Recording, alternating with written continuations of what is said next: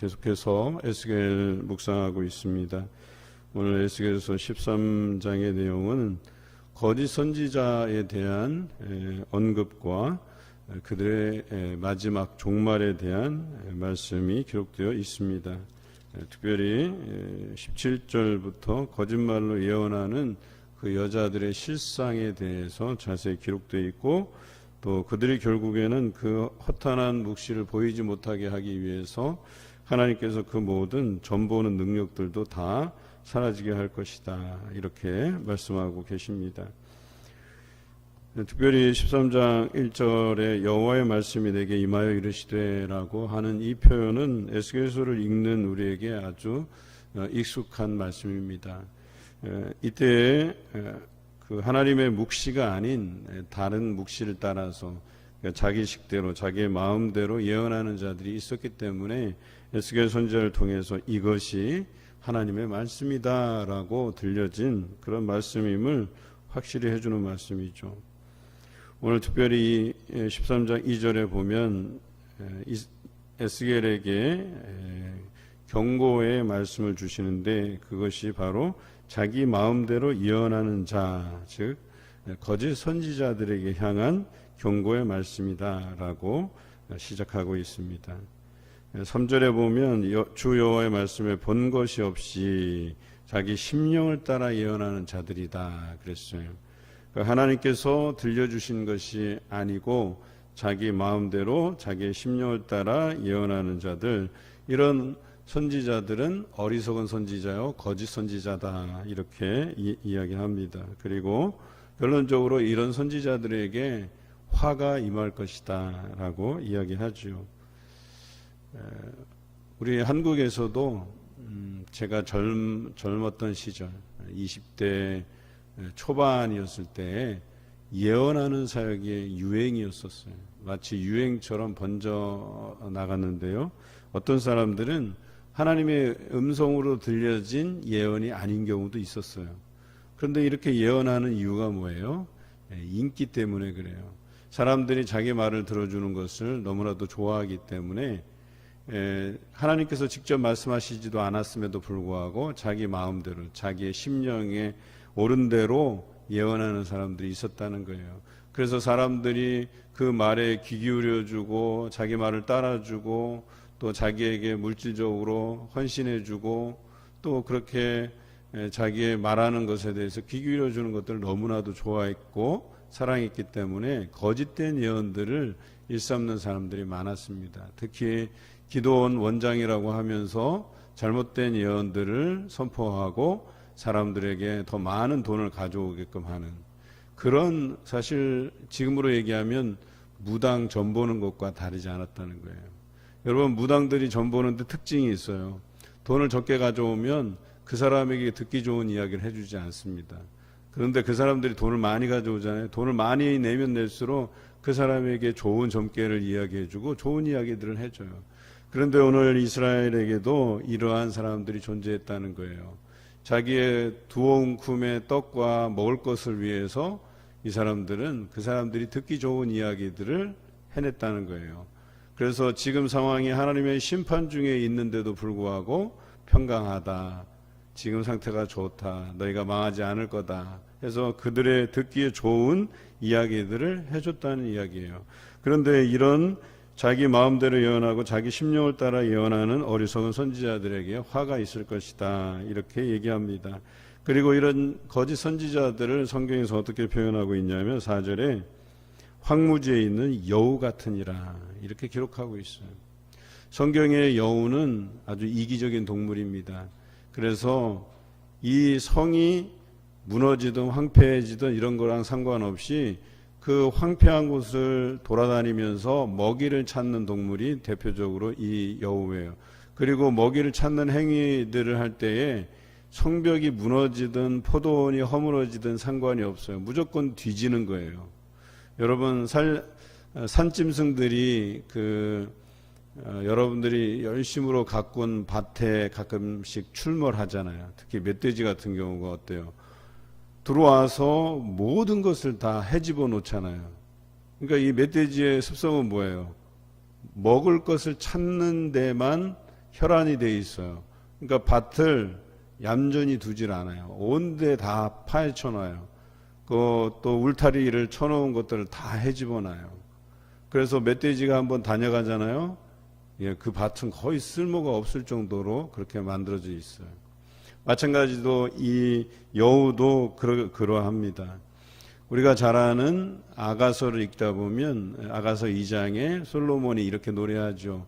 포도원을 허는 작은 여우를 잡으라고 이야기해요. 그러니까 뭐예요? 이 여우의 습성은 포도원을 망치는 거예요. 허물어뜨리는 거예요. 왜요? 먹을 것을 구하기 위해서 이것이 망가지는 것에 대해서는 관심이 없어요. 그런데 이 거짓 예언자들이 그랬다는 거예요.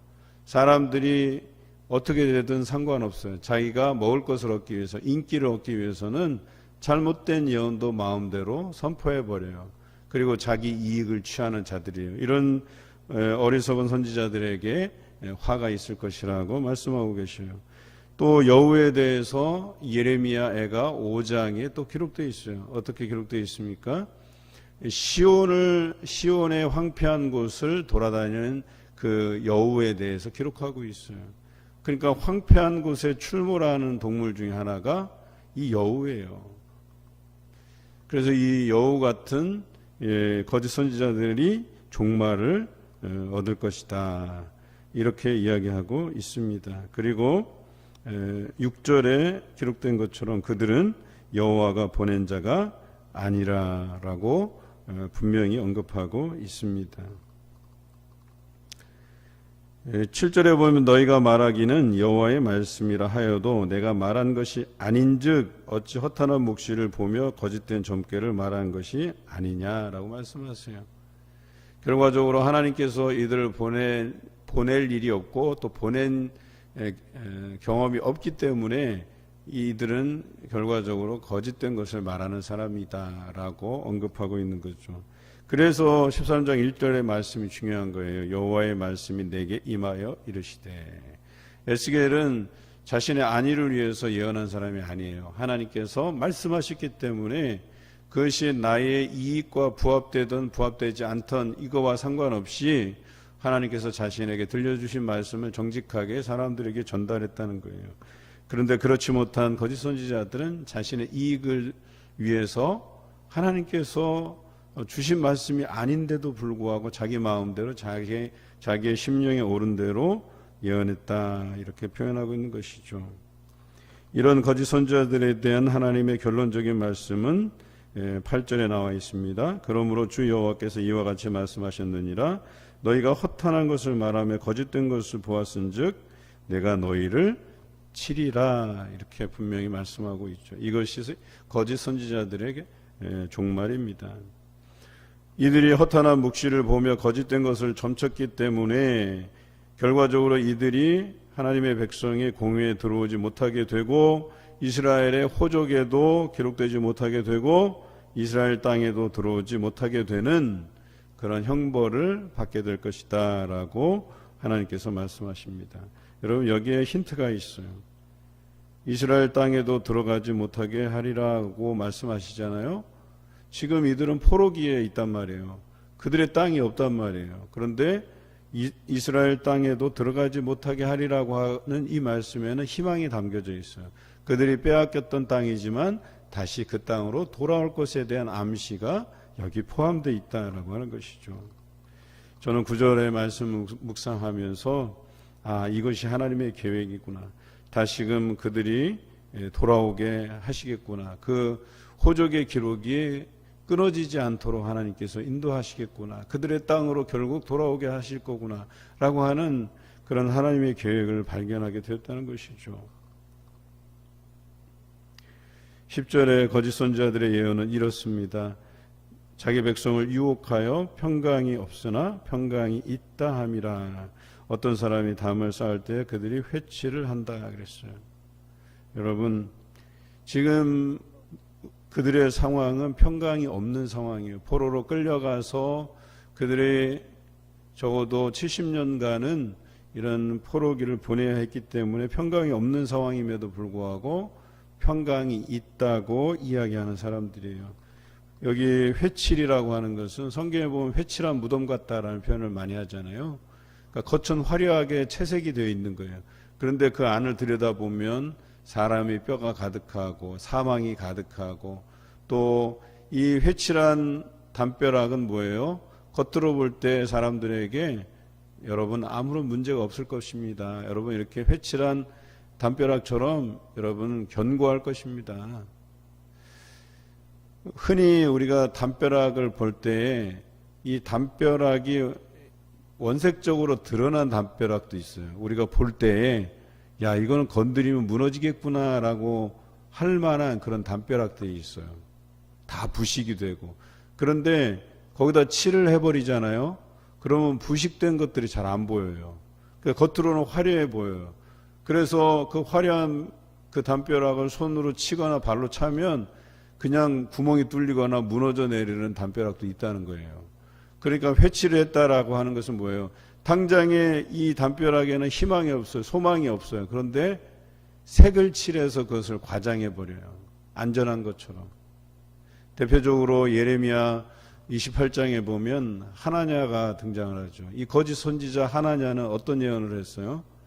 지금 우리가 포로로 일부가 붙잡혀가 있지만 2년 안에 빼앗겼던 것들이 다 예루살렘으로 돌아올 것이다. 포로로 잡혀갔던 사람들이 2년 안에 다 회복돼서 돌아올 것이다. 하나님께서는 70년 포로기를 선포하셨는데 하나냐는 2년 안에 이 모든 것이 회복될 것이라고 이야기했어요. 그들이 듣기에는 좋은 말씀이에요. 우리가 2년 안에 회복된대, 돌아온대, 모든 거 빼앗겼던 것 다 우리가 가져올 거래. 그런데 거짓 예언이었습니다. 오늘 성경에도 보면 회칠했다라고 표현하는 거예요. 겉으로 포장했다는 거예요. 아름답게 포장했다는 거예요. 지금 우리가 나쁜 상황이 아니야. 우리가 곧 평강해질 거야. 또 곧 모든 것이 회복될 거야 라고 하는 이 거짓된 예언들이 하나님의 분노를 발했다라고 이야기하는 거예요. 그래서 하나님께서 어떻게 하시냐면 그 담을 무너뜨리시는 거예요. 그 거짓 예언들로 행해졌던 것들을 다 무너뜨리는 거예요. 그들이 평강하다 한 것들을 하나님께서 다 무너뜨리시고 평강이 없는 그 시대를, 그 시절을 맛보게 하실 것이다 라고 하는 거예요. 13절에 보면 내가 분노하여 폭풍을 퍼붓고 내가 진노하여 폭우를 내려고 분노하여 큰 우박덩이로 무너뜨리리라 라고 이야기하고 있어요. 그들이 세우는 헛된 것들을 다 무너뜨리겠다고 하나님께서 말씀하고 계셔요. 그래서 그 회칠한 담을 무너뜨림으로 인해서 어때요? 사람들이 그것을 보고 그 색칠한 담벼락 어디 있냐? 그들이 찾게 될 것이라는 거예요. 그리고 그것을 발견하게 될 때, 너희가 포장한 것이구나. 이것이 하나님의 말씀이 아니었고, 오히려 너희가 포장한 이 담벼락이 무너뜨림을 당하였으니, 너희의 예언이 거짓된 것임을 많은 백성들로 하여금 알게 하시리라고 하는 것이죠. 결과적으로 이 회칠한 담도 없어지고, 그 담에 칠을 한 자들도 사라지게 할 것이다 라고 15절에 기록되어 있습니다. 오늘 17절부터 보면 거짓말로 예언하는 여자들에 대한 설명이 나옵니다. 특히 이들은 영혼을 사냥하려고 라고 되어 있습니다. 18절에 영혼을 사냥하려고 손목마다 부적을 꿰어매고 키가 큰 자나 작은 자의 머리를 위하여 수건을 만드는 여자다 그랬어요. 여러분 수건을 덮어 씌워요. 그래서 아무 이야기도 듣지 못하게 한다는 얘기예요. 오직 자신들이 하는 이야기만 듣도록 하는 사람들이에요. 앞서서 말씀드린 거짓 예언자들이에요. 그래서 이들의 목적은 뭐예요? 19절에 나와 있죠. 너희가 두어 웅큼 보리와 두어 조각 떡을 위하여. 그래서 하나님께서 계시로 주신 말씀들은 거짓된 것이라고 이야기해버려요. 그래서 하나님의 이름을 욕되게 하는 거죠. 그리고 자신들이 하나님의 음성을 들었다고 이야기하면서 거짓 예언들을 말하는 거예요. 결과적으로 그것도 하나님을 욕되게 하는 것이죠. 그러니까 사람들에게 정직함으로 이야기해서 그들의 영혼을 살리는 그런 메신저가 되어야 됨에도 불구하고 그런 정직한 이야기를 내지 아니하고 왜곡된 이야기, 하나님의 말씀이 아닌 것들을 말함으로 인해서 살릴 자도 죽게 만들고 죽게 해야 될 자들을 살려버리는 그런 하나님께서 원하시지 않는 일들을 이들이 행하게 되었다라고 하는 것이에요. 그런데 결과적으로 이들이 어떻게 돼요? 이들도 하나님께서 다 그 묵시를 보지 못하게 하고 전복도 보지 못하게 함으로 인해서 그들을 다 치시겠다고 얘기하는 거예요. 그리고 하나님께서 이렇게 하시는 이유는 뭐예요? 하나님께서 사랑하시는 백성을 거짓 예언자들의 손에서 구원해내기 위한 조치다라고 얘기하는 것입니다. 그래서 23절에 이 말씀이 결론적인 거예요. 너희가 다시는 허탄한 묵시를 보지 못하고 전복도 못할지라 내가 내 백성을 너희 손에서 건져내리니 내가 여호와인 줄 너희가 알리라. 이런 말씀이 결론적인 거예요. 그러니까 내 백성을 거짓 예언으로부터 구원해내기 위해서 하나님께서 선포하시는 거예요. 이 거짓 예언자들을 다시는 하나님께서 그냥 두시지 아니하고 그를 칠 것이다. 또 그들이 회칠한 담들은 무너뜨릴 것이다. 뿐만 아니라 어때요?